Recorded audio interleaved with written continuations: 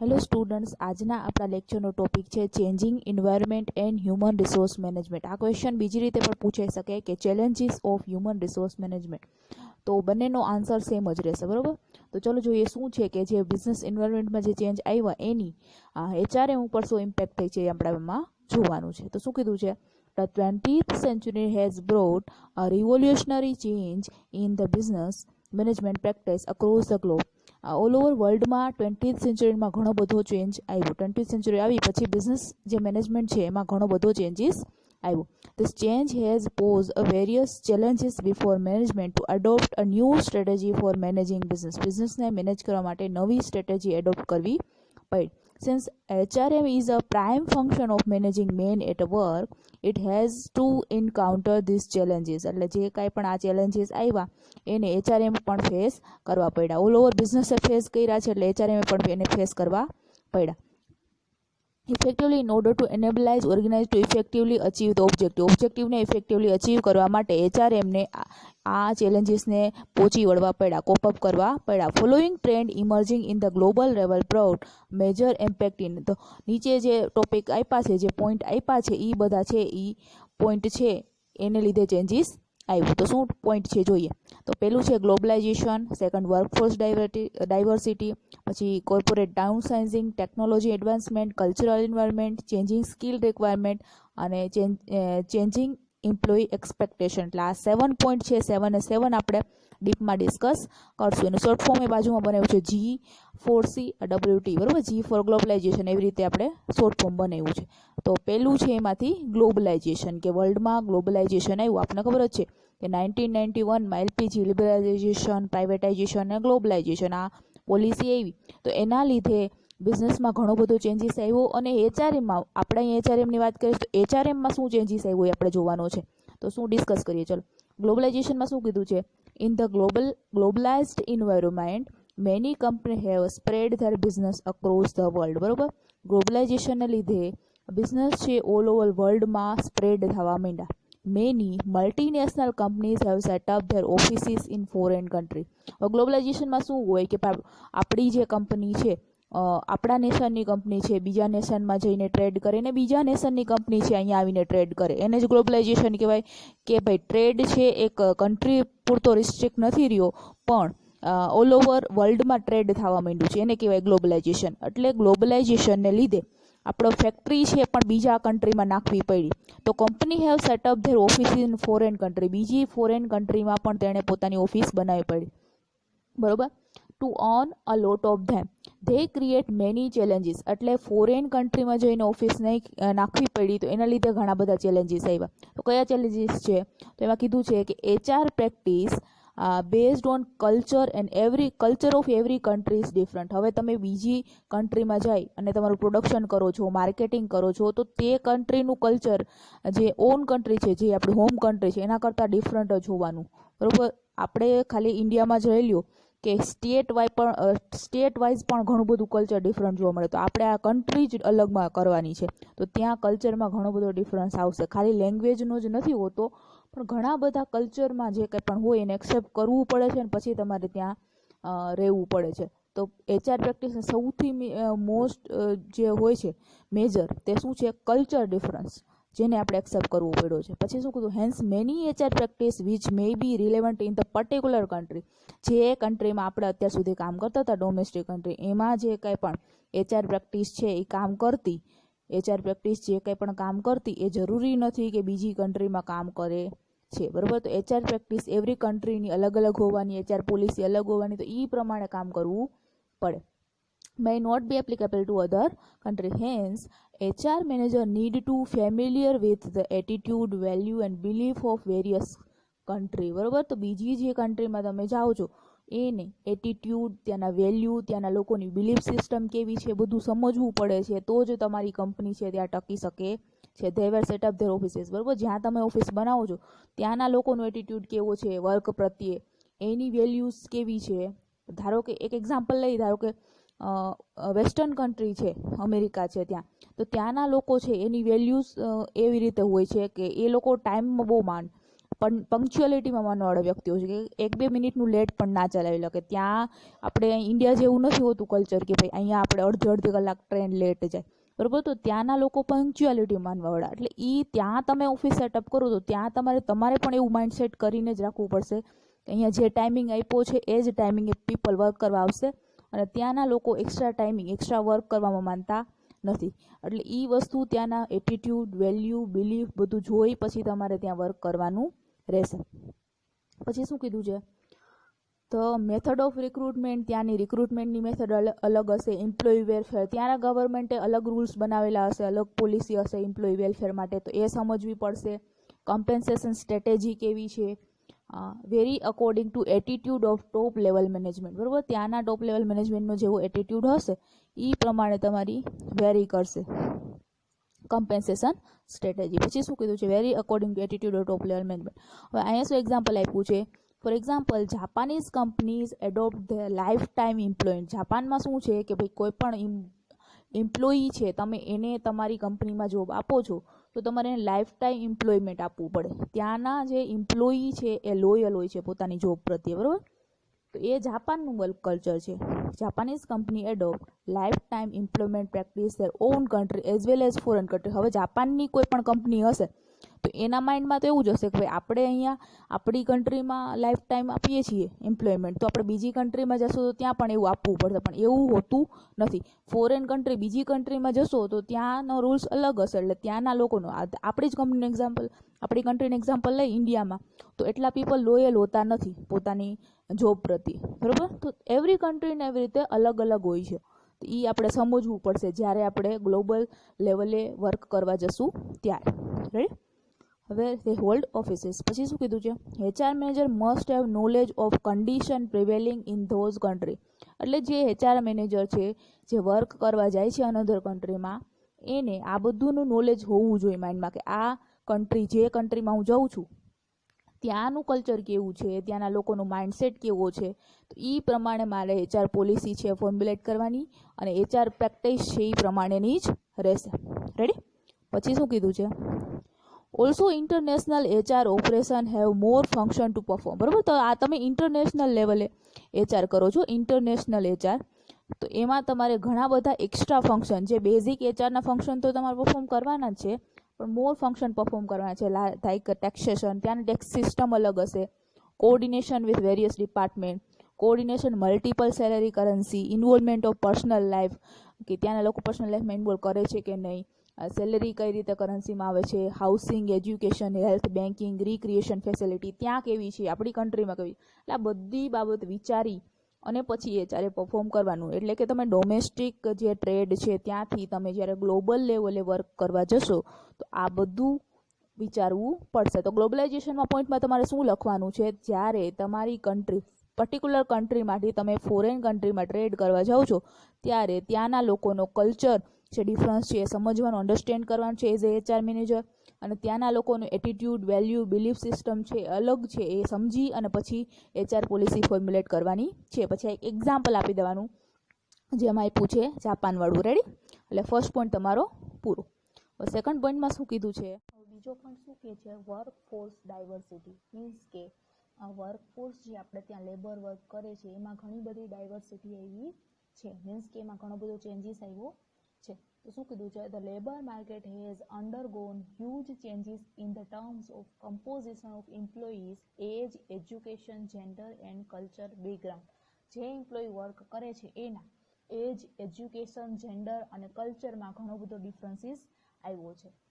This bring out major changes in the nature of workforce and there are heterogeneous work group. એટલે work group છે હેટ્રોજીનિયસ એટલે અલગ અલગ થઈ ગયા છે. કે પહેલાના જમાનામાં એક જ પ્રકારના વર્કફોર્સ હતા, ભાઈ આથી આ એજ ગ્રુપ વાળા જ પીપલ છે એ વર્ક કરશે. પણ આજે એજમાં ઘણો બધો ડિફરન્સ છે. એજ્યુકેશનમાં જેમ કે પહેલા જોઈએ કે પહેલા ખાલી 12th પાસ આઉટ તમે કરી લો તો ઘણી બધી સારી જોબની ઓપોર્ચ્યુનિટી હતી, પણ આજે તમે ગ્રેજ્યુએશન, પોસ્ટ ગ્રેજ્યુએશન કરેલા હોય તો પણ જોબની એટલી ઓપોર્ચ્યુનિટી નથી. તો એજ્યુકેશન એટલું બધું વધ્યું છે તો લોકોનું માઇન્ડસેટ એટલા ઓપન થયા છે. એટલે એજ્યુકેશનને લીધે, પછી જેન્ડરને લીધે. તો જેન્ડરને લીધે કઈ રીતે? તો કે ભાઈ મોર એન્ડ મોર ફિમેલ વર્ક છે એ કોર્પોરેટ વર્લ્ડમાં આવવા, ફિમેલ છે એ કોર્પોરેટ વર્લ્ડમાં આવવા માંડી છે. તો એને લીધે ઘણો બધો HR ઇસ્યુ થઈ ગયા છે. તો કયા કયા ઇસ્યુ છે આપણે અત્યારે ડિસ્કસ કરશું. તો પહેલો પોઈન્ટ એ લખવાનું છે કે એજ, એજ્યુકેશન, જેન્ડર અને કલ્ચર બેકગ્રાઉન્ડના લીધે HRM છે એમાં ઘણા બધા ચેન્જીસ આવ્યા છે. પછી શું કીધું છે further, while the older generation look for a job security, જે ઓલ્ડર જે જનરેશન હતી એને શું જોતું હતું, job security. Older generation look for a job security, the younger generation seek the career enrichment. જે ઓલ્ડર જનરેશન હોય, જે 40-50 નિયર બાય હોય, એ લોકોને શું જોતું હોય કે જોબ અમારી સિક્યોર રહે. જ્યારે યંગર જનરેશન હશે, જે 20-25 હશે, એ લોકોને શું જોઈએ છે, એનું જોબ ઇનરીચ થવું જોઈએ, એને ક્યાંક બીજે જોબની ઓપોર્ચ્યુનિટી મળશે તો એ ત્યાં વયા જશે. એટલે એનું કેરિયર વિશે એ વિચારે છે, જ્યારે ઓલ્ડર જનરેશન ઓનલી જોબની સિક્યુરિટી વિચારે છે. પછી શું કીધું છે, younger one frequently change the job. એટલે જે યંગ પીપલ હશે ઓર્ગેનાઇઝેશનમાં, એ લોકો કંઈ લોયલ નહીં રહે એના ઓર્ગેનાઇઝેશન પ્રત્યે. એ લોકો જે બેટર ઓપોર્ચ્યુનિટી મળશે તો એ જોબ લેફ્ટ કરીને પણ વહી જશે. તો and seek work life balance, એટલે એ લોકોને વર્ક લાઈફ બેલેન્સ જોતી છે. And value the lifestyle, while તો older generation impulses on loyalty. એટલે ઓલ્ડ વન હશે જે, એ લોકો લોયલ હશે એના ઓર્ગેનાઇઝેશન. તો આટલો ડિફરન્સ છે જનરેશનમાં. તો એ બધું તમારે માઇન્ડમાં રાખવાનું છે કે જે એ પર્ટિક્યુલર એજ ગ્રુપના પીપલ હશે અને આ વસ્તુ જોઈએ છે તો એને એ રીતે ટ્રીટ કરવાના છે. બરોબર. તો એક પોઈન્ટ તમારો એ બનશે કે એજ, એજ્યુકેશન અને જેન્ડરને લીધે, કલ્ચર બેકગ્રાઉન્ડને લીધે HRMને સામે ઘણા બધા ચેલેન્જીસ આવ્યા છે. અને એમાં તમારે સેકન્ડ પોઈન્ટમાં એજ છે, જનરેશન વચ્ચે જે ગેપ છે એ કમ્પેર કરવાનું છે. એના પછીનો પોઈન્ટ જોઈએ તો કે woman, similarly having woman in workforce possess various issue. તો જ્યારે વુમન છે એ વર્કફોર્સમાં આવે છે, કોર્પોરેટ વર્લ્ડમાં અત્યારે મેનની સાથે જ ઇક્વલ નંબરમાં વુમન પર વર્ક કરે છે. તો જ્યારે વુમન આવી છે કોર્પોરેટ વર્લ્ડમાં તો ઘણા બધા ઇસ્યુ એની સાથે જનરેટ થયા છે. તો એ બધા ઇસ્યુ છે તમારે સોલ્વ કરવા પડશે એઝ અ HR મેનેજર. તો શું છે, મેટર્નિટી લીવ બેનિફિટ. બરાબર. તો એ લોકોને મેટર્નિટી લીવ પણ આપવી પડશે, ચાઇલ્ડ કેર ફેસિલિટી પણ પ્રોવાઈડ કરવી પડશે. તો એ બધી વસ્તુ તમારે વિચારવી પડશે. To be provided and problem such as sexual harassment has been suffered. બરોબર. તો ઘણીવાર શું થાય છે કે ભાઈ ફિમેલ જે વર્કર છે એને મેલ ઇક્વિવેલન્ટ નથી કાઉન્ટ કરતા, એ લોકો ઇક્વલ વર્ક કરે છે તો પણ ઘણીવાર અંડર પેમેન્ટ થાય છે.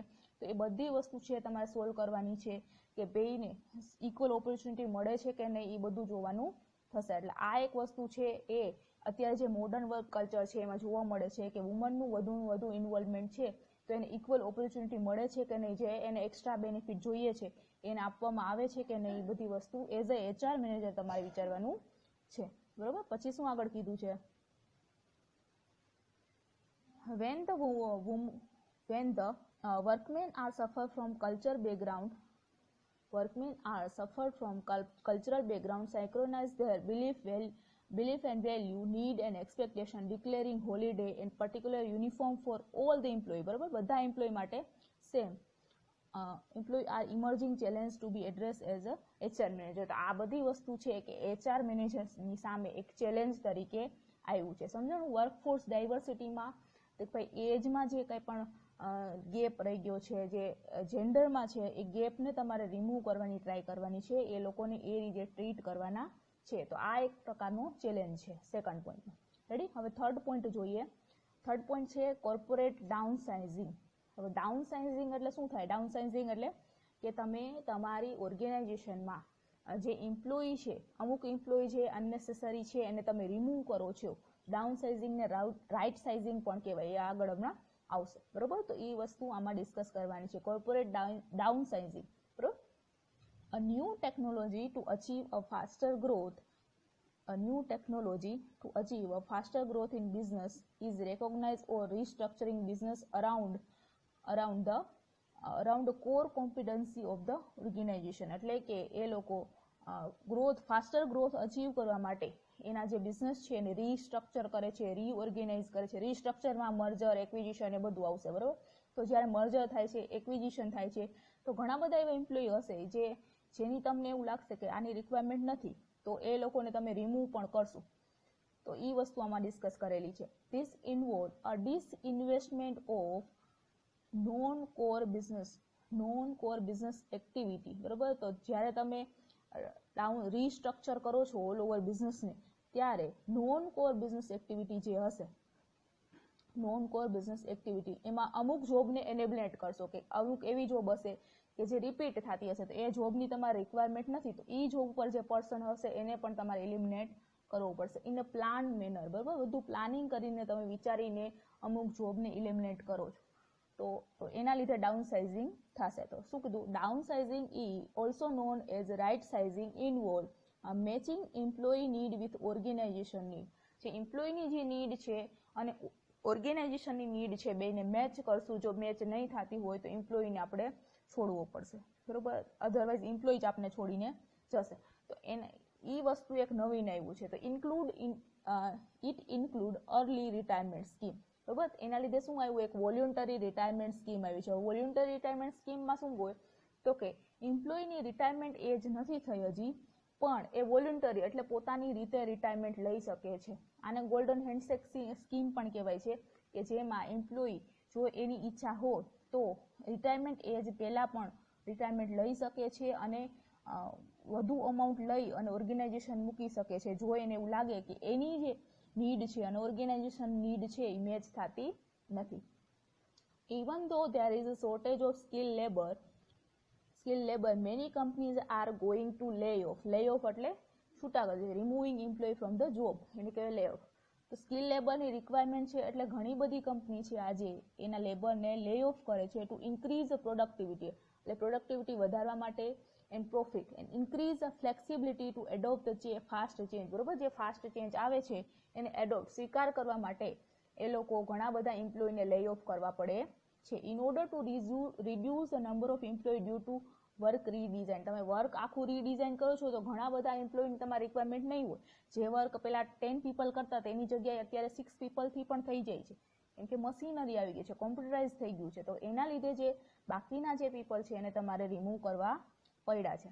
તો પછી એના લીધે શું થાય છે, ઇન સચ અ સિચ્યુએશન, હવે આ સિચ્યુએશનમાં એચઆર મેનેજર સામે શું challenges for HR manager is to maintain trust relationship with the survivor. હવે તમે 10 જે એમ્પ્લોયી હતા એમાંથી 4 ને છૂટા કર્યા છે, બાકીના 6 જે રાખ્યા છે, તો એ 6 માં તમારે ટ્રસ્ટ મેન્ટેન કરવું એની સાથે, કે એ લોકોને તમે નહીં કાઢો. બરોબર, trust relationship with the survivor એટલે કે સર્વાઈવરમાં શું કીધું છે, those not removed from the job, જે લોકોને તમે રિમૂવ નથી કર્યા એમાં ટ્રસ્ટ તમારે મેન્ટેન કરવું સૌથી જરૂરી બની જાય.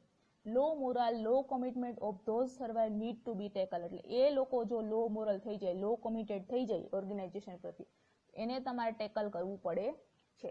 It has lead to break down a traditional employer relation. એટલે ટ્રેડિશનલ શું હતું કે ભાઈ જે કંઈ પણ એમ્પ્લોયી આવે છે એને એમ્પ્લોયર વચ્ચે લોંગ ટર્મ રિલેશનશિપ થાય છે, પણ અહીંયા લે ઓફને લીધે, વોલ્યુન્ટરી રિટાયર સ્કીમને લીધે એ લોકોને આપણે રિમૂવ કર્યા છે, એટલે ટ્રેડિશનલ અહીંયા જળવાનું નથી. Mutual loyalty, life time employment અહીં કંઈ જળવાની નથી, એટલે એ વસ્તુ થોડીક અહીંથી રિમૂવ થઈ છે. As a result many firm have initiated outplacement effort, એટલે એના લીધે જે બાકીના જે કંઈ પણ છે, બાકીના જે વૈધા છે 6 પીપલ, બરોબર, આ એક્ઝામ્પલ લઉં છું, 6 પીપલ જે વૈધા છે એનો ટ્રસ્ટ જળવાઈ રહે એના માટે શું કરે છે ઘણી ફર્મ, કે જે 4 મૂકીને ગયા છે ઓર્ગેનાઇઝેશન એને આઉટ પ્લેસમેન્ટ કરી દે છે. મીન્સ કે એને બીજે જોબ ફાઇન્ડ આઉટ કરી દે છે, કે ભાઈ એ વ્યક્તિઓને પણ અહીંથી ભલે અમે છૂટા કરી દીધા, લે ઓફ કરી દીધા, પણ અમે બીજે જોબ ફાઇન્ડ આઉટ કરીને દીધી છે. આઉટ પ્લેસમેન્ટ ઇફોર્ટ કરે છે for the employ who lose their job, જેણે જોબ એની મૂકી દીધી છે. They help them in relocate, provide them personal family counselling. બરોબર, એની પર્સનલ, એની ફેમિલી કાઉન્સેલિંગ કરે છે, એટલે કે જે બાકીના જે એમ્પ્લોય છે એનામાં એવું ટ્રસ્ટ બિલ્ડ થાય કે નહીં, ઓર્ગેનાઇઝેશન આપણા પ્રત્યે કંઈક વિચારે છે. આ એક ચેલેન્જીસ છે કે કોર્પોરેટ ડાઉન સાઇઝિંગ એ પણ આજે એચઆર સામે મોટો ચેલેન્જ બની ગયો છે. રેડી?